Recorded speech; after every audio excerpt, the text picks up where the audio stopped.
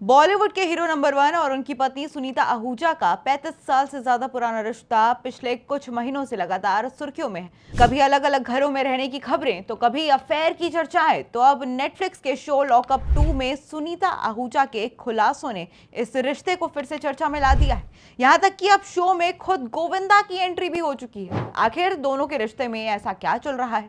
क्या सचमुच दूरियां बढ़ चुकी हैं? और लॉकअप 2 में ऐसा क्या हुआ जिसने हर किसी का ध्यान अपनी ओर खींच लिया है? लॉकअप 2 में पहुंची सुनीता आहूजा अब नेटफ्लिक्स के शो लॉकअप 2 में इस बार सबसे ज्यादा अगर किसी कंटेस्टेंट की चर्चा हो रही है तो वो है सुनीता आहूजा। शो में आते ही उन्होंने अपने बेपाक अंदाज से सभी का ध्यान अपनी ओर खींच लिया। पहले ही दिन उन्होंने मजाकिया अंदाज में कहा था कि मैं गोली मारती तो सीने पर मारती, पैर पर नहीं।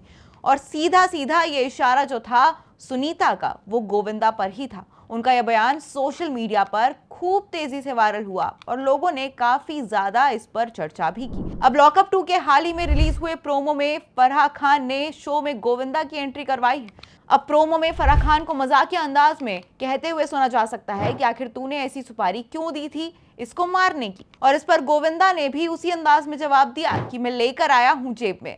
जिसपे फराह खान पूछती है कि गोली या फिर पिस्टल, तो गोविंदा हंसते हुए बोल देते हैं ये सीने पर मारना चाहती थी ना, मार ले पूरा।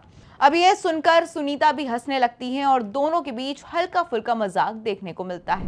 अब इस प्रोमो के बाहर आने के बाद से सोशल मीडिया पर लोग सिर्फ इसी एपिसोड का इंतजार कर रहे हैं, क्योंकि काफी टाइम बाद सुनीता और गोविंदा आमने सामने नजर आने वाले हैं, वो भी नेशनल टीवी पर।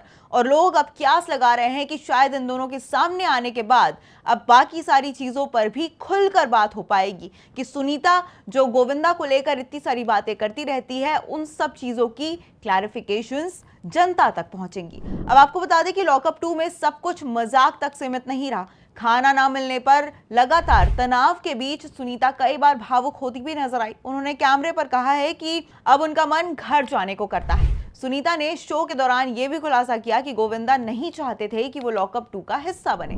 उनके मुताबिक गोविंदा ने उन्हें समझाया था कि इस शो में मत जाओ, लेकिन उन्होंने अपनी पहचान बनाने और नए मौकों के लिए ये फैसला लिया। सुनीता ने यह भी कहा कि जब भी वो गोविंदा की बात नहीं मानती हैं, बाद में उन्हें अक्सर पछतावा जरूर होता है। सुनीता का ये क्लिप भी खूब वायरल हो रहा है सोशल मीडिया पर और लोग कंफ्यूज हैं कि आखिर सुनीता चाहती क्या है। अब पिछले कुछ समय से गोविंदा और सुनीता के अलग अलग घरों में रहने की खबर भी लगातार सामने आती रही। हालांकि दोनों ने अपने रिश्ते को खत्म करने या फिर तलाक लेने की आधिकारिक पुष्टि कभी नहीं की है, लेकिन अलग अलग रहने और रिश्ते में तनाव की चर्चाएं लगातार होती रही। लॉकअप 2 में और इससे पहले दिए गए कुछ इंटरव्यूज में भी सुनीता आहूजा ने गोविंदा के कथित अफेयर्स को लेकर खुलकर बेपाक अंदाज में बात की। उन्होंने कहा कि शादी के दौरान कई तरह की बातें सुनने को मिली, लेकिन उन्होंने हमेशा अपने रिश्ते को बचाने की कोशिश की है। हालांकि गोविंदा ने इन आरोपों को हमेशा खारिज किया है। उन्होंने कहा कि पूरे करियर में उन्होंने कई अभिनेत्रियों के साथ काम किया है, लेकिन कभी भी किसी के साथ उनका गलत व्यवहार नहीं किया। आपको बता दें कि गोविंदा और सुनीता आहूजा की शादी 11 मार्च 1987 को हुई थी। दोनों के 2 बच्चे हैं, टीना आहूजा और यशवर्धन आहूजा। गोविंदा लंबे समय तक अपनी शादी को मीडिया से छिपा कर रखते रहे, क्योंकि उन्हें डर था कि शादी की खबरों से उनके करियर पर असर पड़ सकता है। वहीं फिलहाल लॉकअप 2 में गोविंदा की एंट्री ने दर्शकों की उत्सुकता काफी ज्यादा बढ़ा दी है। अब ये देखना दिलचस्प होगा कि क्या दोनों शो में अपने रिश्ते को लेकर और बड़े खुलासे करेंगे या फिर ये मुलाकात सिर्फ हल्के फुल्के मजाक तक ही सीमित रहेगी।